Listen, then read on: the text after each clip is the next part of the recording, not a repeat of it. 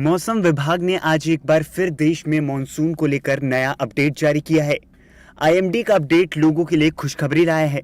दरअसल मौसम विभाग के अनुसार इस बार सामान्य मॉनसून रहने की उम्मीद है और अल नीनो की स्थिति के बावजूद इसका असर मॉनसून पर ज्यादा नहीं पड़ेगा। भारतीय मौसम विज्ञान विभाग के महानिदेशक डॉक्टर मृत्युंजय महापात्रा ने कहा कि इस साल सामान्य मॉनसून रहने की उम्मीद है। So therefore, as Secretary has already briefed, 96% of 87 centimeter is roughly about 83.5 centimeter, and this comes under the normal category of rainfall. But model error has the plus minus 5%, so therefore it can vary from 91 to 101% of the long period average. This forecast is based on both statistical ensemble forecasting system of India Meteorological Department and the dynamical models used by India Meteorological Department.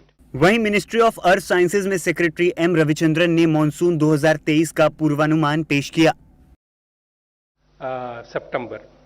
So we come out with the statistics, and we result is about 96% of 87 centimeter will be there. Roughly about 83.5 centimeter rainfall will occur during June to September. So that's a first message.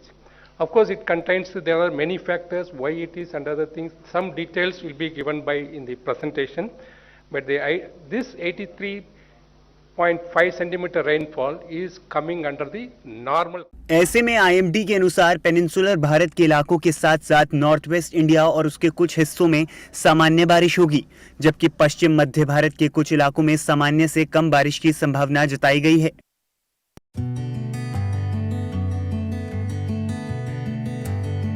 मैं एक बात बोलता हूँ कि superstars director के लिए superstars भाग्य से मिलते हैं, लेकिन सलमान खान सौभाग्य से मिलते हैं। वाह, I had to crack a line. अगर खुदा न खास्ता ये नहीं चली तो बोला कि यही आदमी सुनता नहीं था। ओरिजिनल स्क्रिप्ट तो अभी भी मेरे पास पड़ी है। Well, the pressure is पूरा always there. बिल मेरे पे फटेगा। सुपरस्टार सलमान खान ने हाल ही में मुंबई में एक ग्रैंड इवेंट में अपनी अपकमिंग फिल्म किसी का भाई किसी की जान का ट्रेलर लॉन्च किया। फिल्म के ट्रेलर लॉन्च के मौके पर सलमान काफी अच्छे मिजाज में नजर आए। वो पूरे इवेंट के दौरान अपने फेलो कास्ट मेंबर्स और डायरेक्टर फरहाद सामजी की टांग खींचते रहे। इसलिए जब डायरेक्टर ने सलमान की जमकर तारीफ की और कहा सुपरस्टार शायद लोगों को मिल साथ काम करने के लिए, पर सलमान किस्मत वालों को मिलते हैं। इस पर सलमान ने चुटकी लेते हुए कहा, अगर ये पिक्चर नहीं चली तो पूरा बिल मेरे पे फटेगा और वो कहेंगे यही आदमी जिस वजह से पिक्चर नहीं चली। ओरिजिनल स्क्रिप्ट अभी भी मेरे पास है। मैं एक बात बोलता हूँ कि सुपरस्टार्स डायरेक्टर के लिए सुपरस्टार्स भाग्य से मिलते हैं, लेकिन सलमान खान सौभाग्य से मिलते हैं। वाह, I had to crack a line. अगर खुदा न खास्ता ये नहीं चली तो बोला कि यही आदमी सुनता नहीं था। ओरिजिनल स्क्रिप्ट तो अभी भी मेरे पास पड़ी है। Well, the pressure is पूरा always there. बिल मेरे पे फटेगा। सलमान फिल्म की पिछली कहानी का जिक्र कर रहे थे। 2014 में वापस फरहाद सामजी ने अक्षय कुमार के साथ 2014 की तमिल फिल्म वीरम को बच्चन पांडे के रूप में रीमेक करने की मांग की। हालांकि बाद में उन्होंने बच्चन पांडे की स्क्रिप्ट को बदलकर एक दूसरी तमिल फिल्म जिगर ठंडा का रीमेक बनाया। जैसा कि नाडियावाला ग्रैंडसन एंटरटेनमेंट के पास दोनों फिल्मों की रीमेक राइट्स थे। सामजी ने वीरम की कहानी में बदलाव किए। सलमान खान ने इसे चुना और इसे अब किसी का भाई किसी की जान के रूप में जाना जाता है।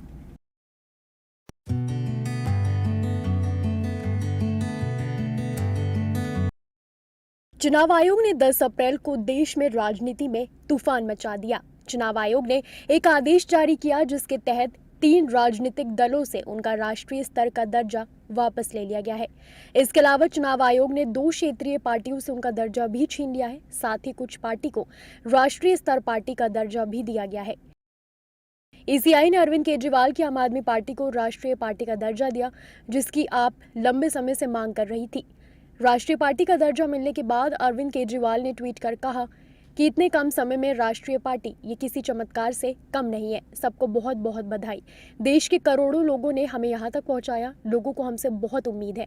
आज लोगों ने हमें ये बहुत बड़ी जिम्मेदारी दी है। हे प्रभु, हमें आशीर्वाद दो कि हम ये जिम्मेदारी अच्छे से पूरी करें। आज इस खुशी के मौके पे मनीष जी की और जैन साहब की बड़ी याद आ रही है। वो भी अगर होते तो हमारी खुशी में और 4 चांद लग जाते। वो संघर्ष कर रहे हैं देश के लिए, हम सब के लिए। इस वक्त देश की सारी राष्ट्र विरोधी ताकतें जो इस देश का भला नहीं चाहती, जो इस देश की तरक्की नहीं चाहती, वो सारी ताकतें मिलके आम आदमी पार्टी का विरोध कर रही हैं। वहीं 3 राजनीतिक दलों से राष्ट्रीय पार्टी का दर्जा छीन लिया गया है। ये दल है राष्ट्रवादी कांग्रेस पार्टी यानी NCP, communist party of India यानी सीपीआई और तृणमूल कांग्रेस यानी टीएमसी। इसके अलावा आंध्र प्रदेश में केसीआर की भारत राष्ट्र समिति यानी बीआरएस ने भी क्षेत्रीय पार्टी का दर्जा खो दिया है। अब मौजूदा स्थिति में देश में केवल 6 राष्ट्रीय पार्टियां हैं। राष्ट्रीय पार्टी को विशिष्ट चुनाव चिन्ह मिलता है। राष्ट्रीय पार्टी के चुनाव चिन्ह को पूरे देश में किसी अन्य पार्टी के द्वारा प्रयोग नहीं किया जा सकता है। मान्यता प्राप्त राज्य और राष्ट्रीय दलों को नामांकन दाखिल करने के लिए केवल एक प्रस्तावक की आवश्यकता होती है। इन दलों को अपने पार्टी कार्यालय स्थापित करने के लिए सरकार से भूमि या भवन प्राप्त होते हैं।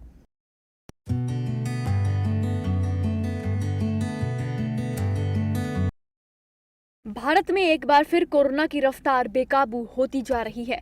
कोरोना के बढ़ते केस के चलते लोग एक बार फिर से मास्क लगाने को मजबूर हो गए हैं।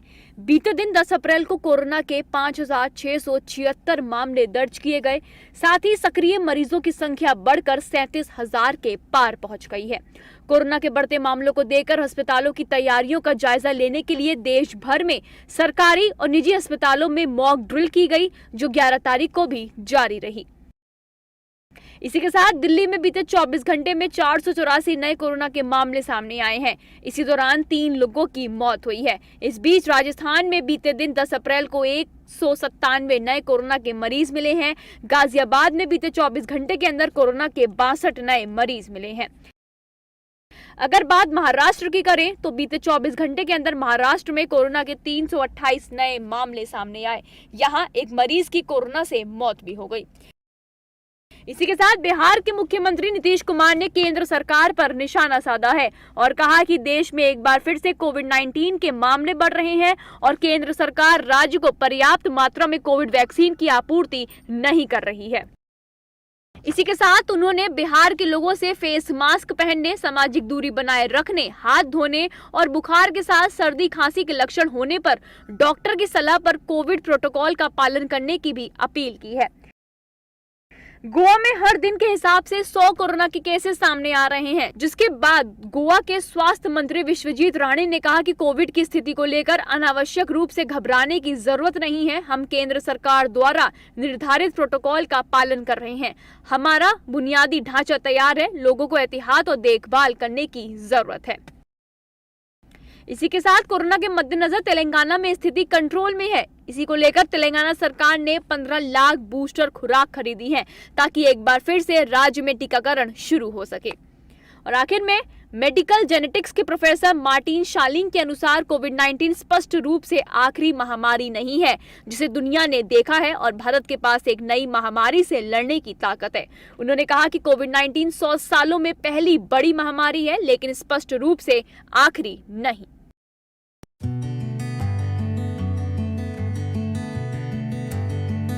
आम आदमी पार्टी को आधिकारिक रूप से राष्ट्रीय पार्टी का दर्जा मिल चुका है। चुनाव आयोग ने 10 अप्रैल को आम आदमी पार्टी को राष्ट्रीय पार्टी के तौर पर ऐलान किया है, जिसके बाद से पार्टी के नेताओं और कार्यकर्ताओं के बीच काफी उत्साह देखने को मिला। आम आदमी पार्टी के दफ्तरों को सजाया गया। इस बीच पार्टी के राष्ट्रीय संयोजक और दिल्ली के मुख्यमंत्री अरविंद केजरीवाल ने पार्टी कार्यकर्ताओं को संबोधित किया और कहा कि राष्ट्रीय पार्टी बनाना बहुत बड़ी जिम्मेदारी है। हमारी पार्टी ने देश को नई दिशा दी है। पहली बार देश के अंदर पहले कहते थे चुनाव लड़ने के लिए इतना पैसा चाहिए, बेईमानी तो करनी पड़ती है। हमने दिखा दिया कि ईमानदारी से चुनाव लड़े भी जा सकते हैं और जीते भी जा सकते हैं।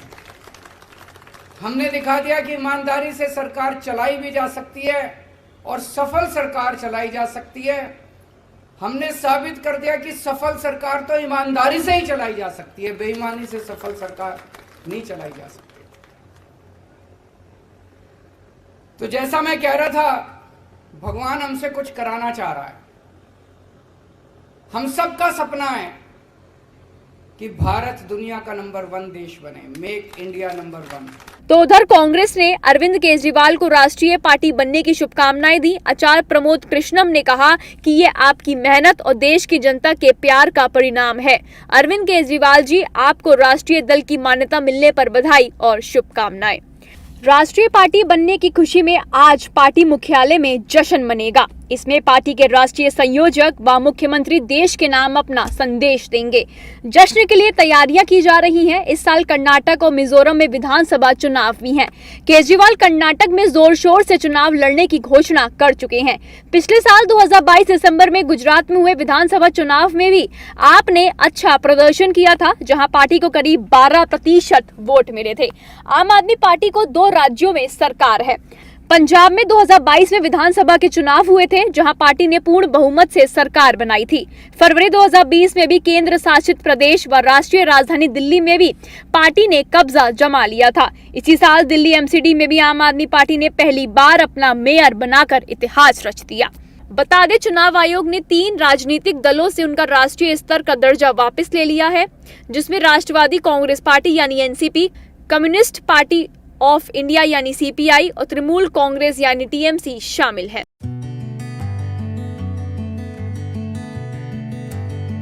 राजस्थान में साल के आखिर में विधानसभा चुनाव होने वाले हैं। ऐसे में एक बार फिर से पायलट और गहलोत में आर पार की लड़ाई देखने को मिल रही है। राजस्थान के पूर्व उप मुख्यमंत्री सचिन पायलट जयपुर के शहीद स्मारक में अपने पूर्व घोषित 1 दिन के अनशन पर बैठे। सचिन पायलट पूर्व बीजेपी सरकार के शासन में हुए घोटालों की जांच की मांग को लेकर अपनी ही पार्टी की सरकार के खिलाफ अनशन पर बैठ गए हैं। हालांकि उनके ऐलान के बाद ही कांग्रेस के स्टेट प्रेसिडेंट सुखजिंदर सिंह रंधावा ने कहा कि पायलट को इस बारे में हमसे बात करनी चाहिए थी। इस तरह मीडिया और अनशन पर बैठना गलत है। महीने पहले ही प्रभारी बने हैं।